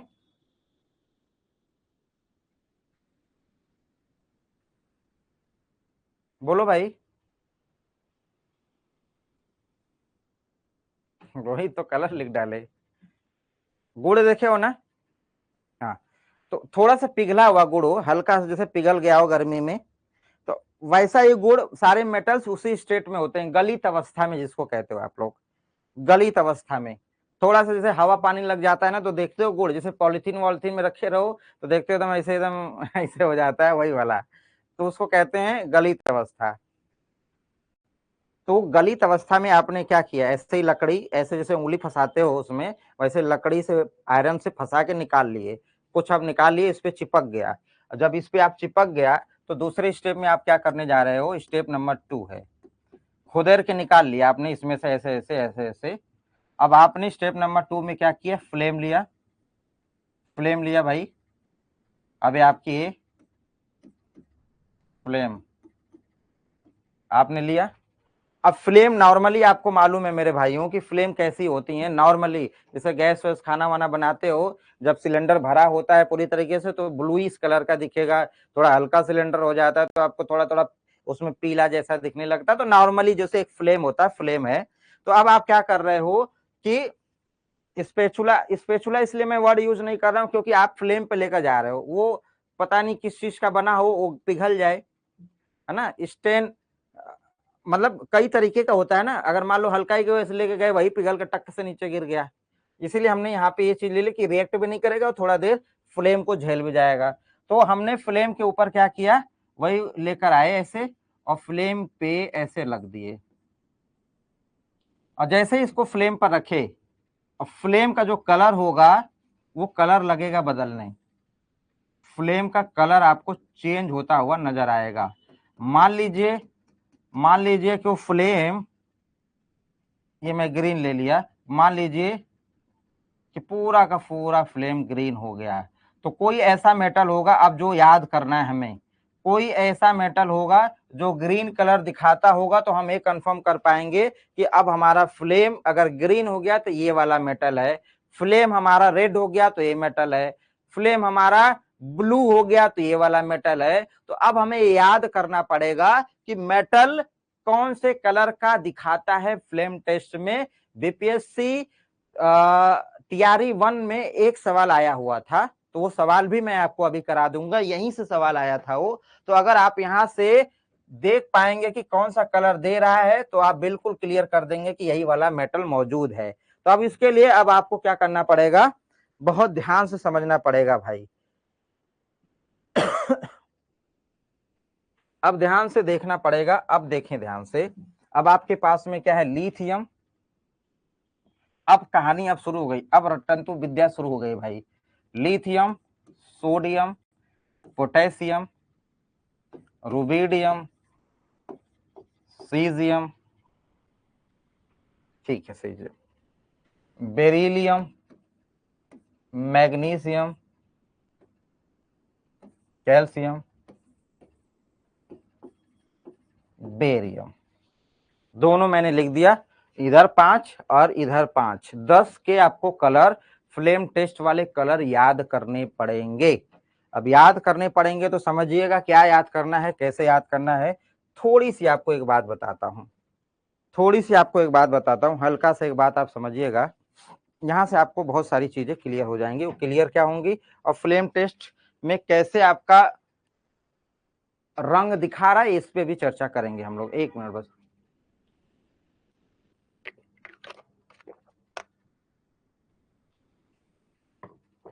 देखे भाई, अब जैसे बेटा मांगे, अब जैसे लड़के हैं कुछ ना कुछ तो मांगेंगे ही, लेकिन कुछ देखो ऐसे बच्चे होते हैं कि जो हर समय कुछ ना कुछ मांगते रहते हैं। जैसे दिन में कुछ दिला के आए, अब फिर उसको कुछ दिखा तो पिताजी को समझ में आ गया कि अब ये कुछ ना कुछ मांगने वाला है, अब ये बोलेगा तो कुछ मांगेगा ही। तो जैसे बेटा मांगे, तुरंत सुना ही नहीं, पिताजी सुने ही नहीं, तुरंत करे नहीं, नो, बिल्कुल नहीं, उन्होंने मना कर दिया, एकदम साफ साफ मना कर दिया बिना सुने ही। तो बेटा मांगे, मांगने से पहले ही नहीं। अब वो क्या मांग रहा है अभी नहीं, पहले ही नहीं, चुप रहो, तुम शांत रहो। तो मतलब बेटा मांगे नो, नो मतलब नो कलर। फ्लेम टेस्ट पे बेरिलियम और मैग्नीशियम कोई कलर नहीं शो करता है, तो बेरिलियम और मैग्नीशियम आपका होगा, ये आपका हो जाएगा नो कलर। पहले ही पिताजी क्या कर दिए, मना कर दिए भाई, उसको बोलने से पहले ही नो कलर। अच्छा, जब मना कर दिए तो पूछे, अच्छा बताओ क्या चाहिए था तुम्हें, तो कह रहा था कार चाहिए, कह रहे नहीं देंगे, लड़ जाओगे कहीं पे ले जाके हाईवे वाईवे पे। एक काम करो, बड़े घर का लड़का है, बड़े घर का लड़का है, कह रहे नहीं पापा चाहिए कार मुझे, कह रहे नहीं मिलेगी, तो एक काम करो तुम, मैं तुम्हें बताता हूँ, कैब करके जाओ तुम, कैब वाली जो ओला कैब उबर कैब होती है ना, कैब करके जाओ, हम मना नहीं करेंगे तुम्हें। तो जो ओला उबर वाली कार होती है उसके लिए उन्होंने अलाउ कर दिया कि ठीक है उसको जाओ, वो सेफ है तुम्हारे लिए। तो उसने क्या किया, कैब ले लिया, है ना, जो कार है कैब वाली है आपकी, कैब समझते हो ना भाई, अरे ओला उबर जानते हो कि नहीं जानते, जानते होगे, नहीं जानते, भारत सरकार वाली जो तुम्हारी डुगडुगिया बस है वो जानते हो, कैब वाली कार यार भाई, जानते तो हो ही।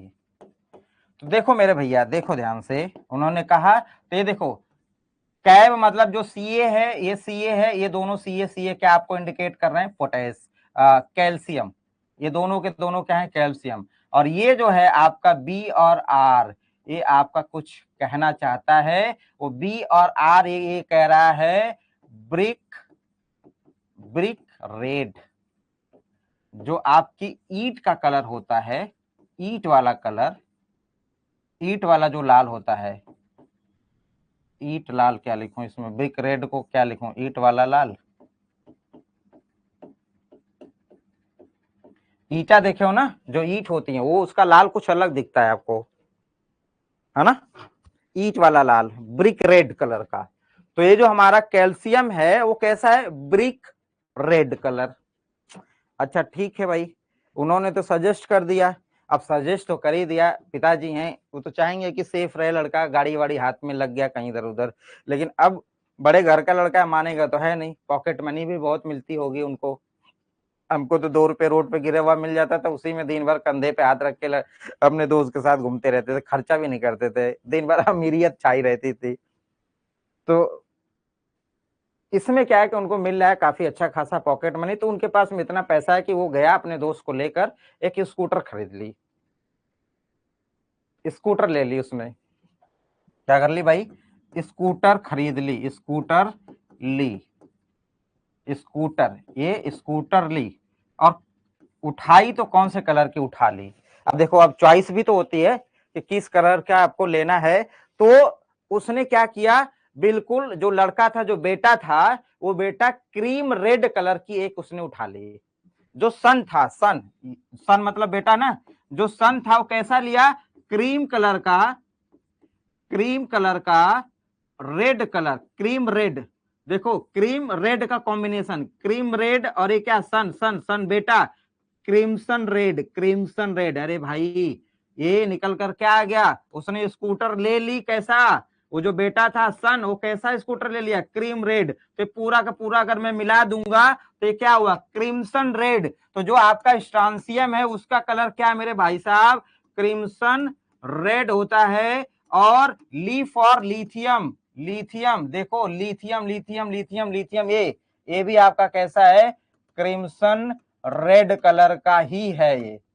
तो आपका स्ट्रांसियम और लिथियम, स्कूटर ली कैसा, जो बेटा था स्कूटर लिया कैसा, क्रीम कलर का लिया, क्रीम रेड, क्रिम्सन रेड।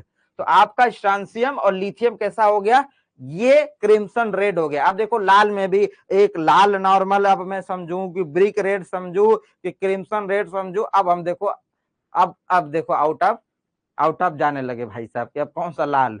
अभी तुम देखो क्रिम्सन रेड वेड क्या होता है, हमको बताना कैसा क्रिम्सन रेड होता है। अच्छा, जब उसने स्कूटर ले ली तो उस समय पिताजी गए कहाँ थे, पिताजी कहीं गए थे घूमने, बगीचे में गए थे घूमने, जाके बेटा ने स्कूटर खरीद ली। तो बगीचे का कलर कैसा होता है, बताना एक बार, बगीचे का कलर कैसा होता है भाई, बगीचे का कैसा कलर होता है, गार्डन इज ग्रीन। पापा गए थे घूमने, गार्डन गार्डन कर रहे थे वहीं, तब तक बेटे जी ने ले ली कुछ कहानी कर दी। तो ये जो पिताजी थे वो गए थे बाग में घूमने, बाग में घूमने गए थे। और बाग होता कैसा है, आपकी जो बगीचा है वो कैसा होता है, ग्रीन कलर का होता है, वो हरे कलर का होता है, ग्रीन कैसा होता है भाई, ग्रीन कलर का होता है। लड़के का एडमिशन हो रहा है, लड़के का हरा भरा ग्रीन, लड़के का एडमिशन हो रहा है, लड़का +2 पास होकर अब एडमिशन लेने वाला है। या फिर आप ये समझ लीजिए कि बड़े घर का लड़का है, पिताजी बोले होंगे +2 कर लो तो तुम्हारे एडमिशन कराएंगे, तो तुम्हें गाड़ी वाड़ी देंगे।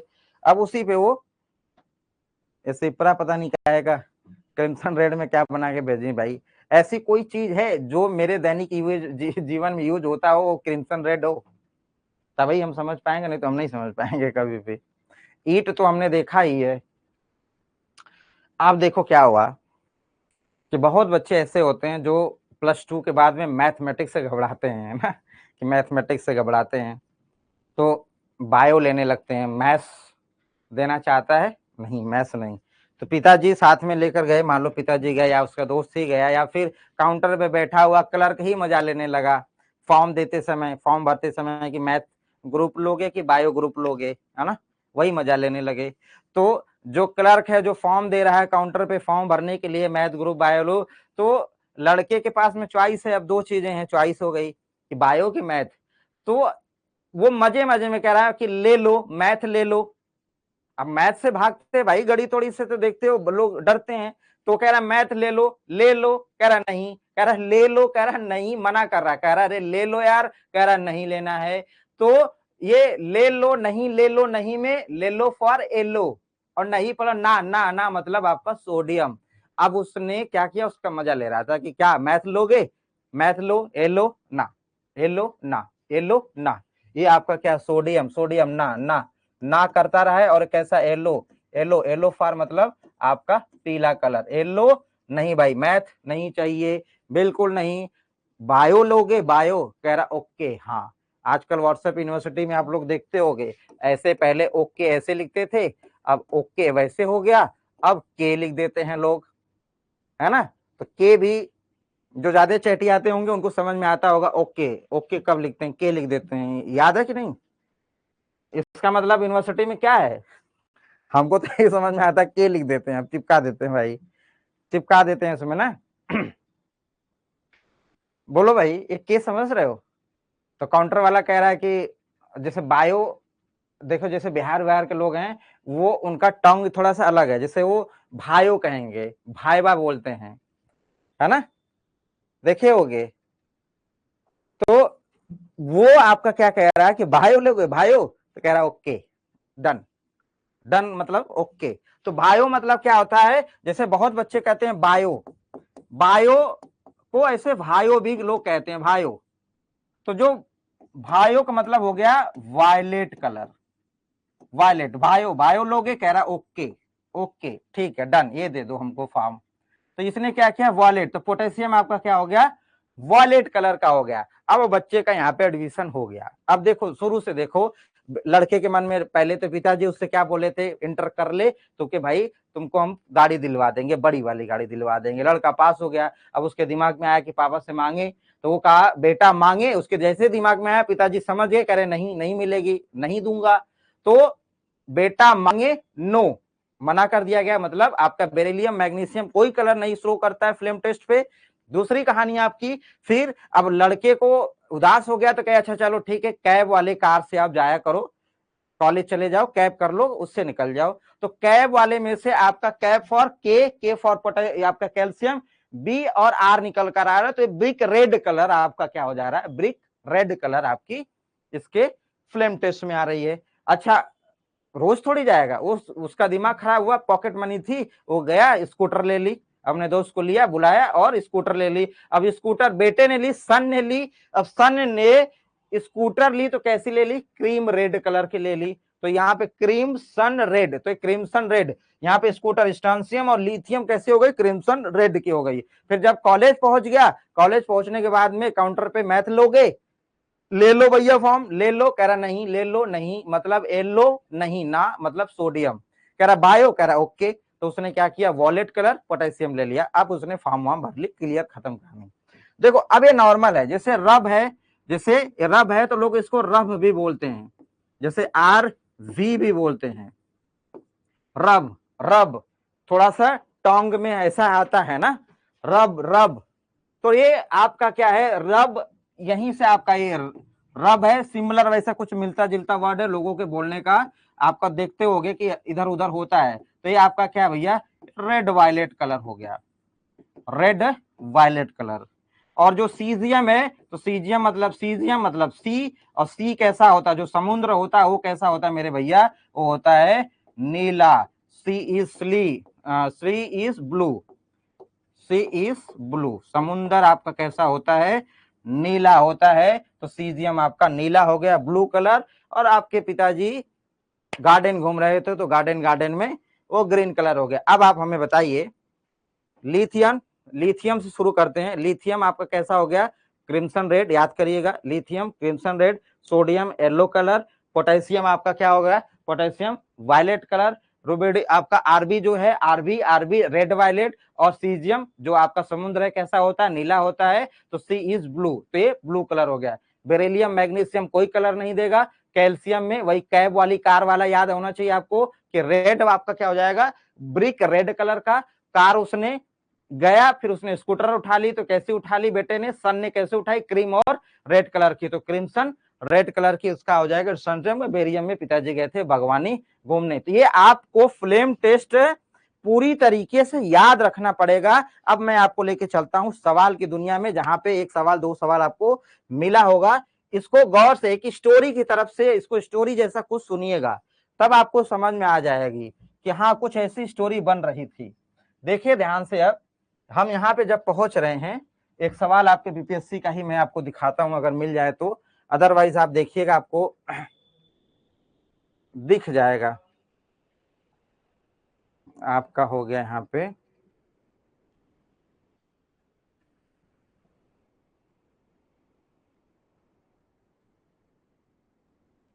पहले वाले में कराया था कि पिछले,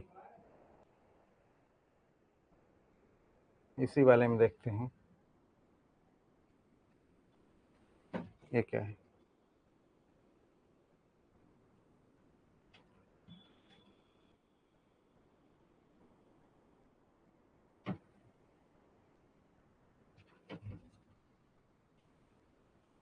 रुके रहिए भाई, बस एक फाइल ढूंढना है, अगर फाइल मिल जाती है।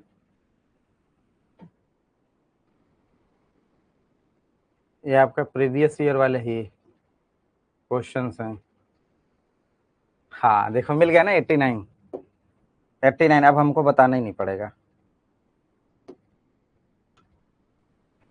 कह रहा है निम्नलिखित में से कौन सा क्षारीय जो धातु है वो ज्वाला का रंग प्रदान करता है, या फिर कह रहा है which of the following alkaline earth metal impart colour to the flame. Impart मतलब दर्शाता है, शो करता है, दिखाता है, दर्शाता है।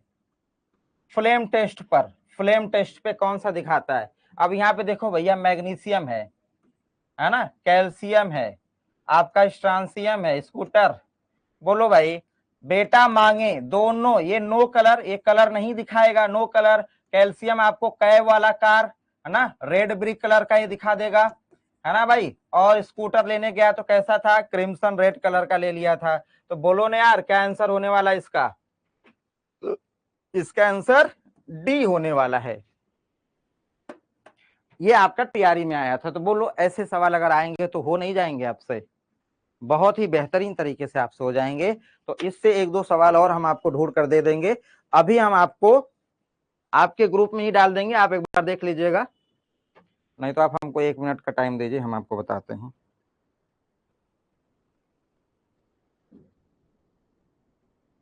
चलिए, हम ढूंढना पड़ेगा सवाल, तो सवाल हम दे देंगे आपको एक दो और फ्लेम टेस्ट से रिलेटेड। तो याद रखिएगा, ये फ्लेम टेस्ट आज के लेक्चर का सबसे महत्वपूर्ण फ्लेम टेस्ट था। कल आप जो कराऊंगा वो भी आपका महत्वपूर्ण होगा, तो लेक्चर में छोड़िएगा। और एस ब्लॉक पूरा कंप्लीट करते करते आपको बहुत जबरदस्त तरीके से सारा एनसीईआरटी आपके दिमाग में डाल देंगे। पहले इसको पढ़ाएंगे, फिर एनसीईआरटी भी साथ साथ पैरेलल में किताब भी लेकर चलेंगे। तो ये हो जाएगा भाई? अगर हो जाएगा ओके सारी चीजें तो बताएं, फिर चला जाए। और ये बात आप अपना कान खोलकर सुन लीजिए, अगर क्लासेस किसी कारणवश मिस हो रही है तो आपको भसड़ नहीं मचाना है, हर जगह कूदना नहीं है। बहुत बच्चे मजाक करने लगते हैं, बहुत बच्चे स्माइली देने लगते हैं, बहुत बच्चे टोंट मारने लगते हैं, बहुत ज्यादा परेशान, मतलब बहुत तरीके का। आप इतना समझ लो कि शरीर होगी तो क्लास जरूर है, नहीं तो आपका किसी कारणवश कोई भी फालतू क्लास सस्पेंड नहीं होने देंगे। ठीक है भाई, ये आपको ध्यान रखना है। चले, फिर मुलाकात होगी आपसे कल। टाइमिंग आपको शेड्यूल शाम को मिल जाएगा। तो थैंक यू सो मच, इतना कर लीजिएगा। All the best.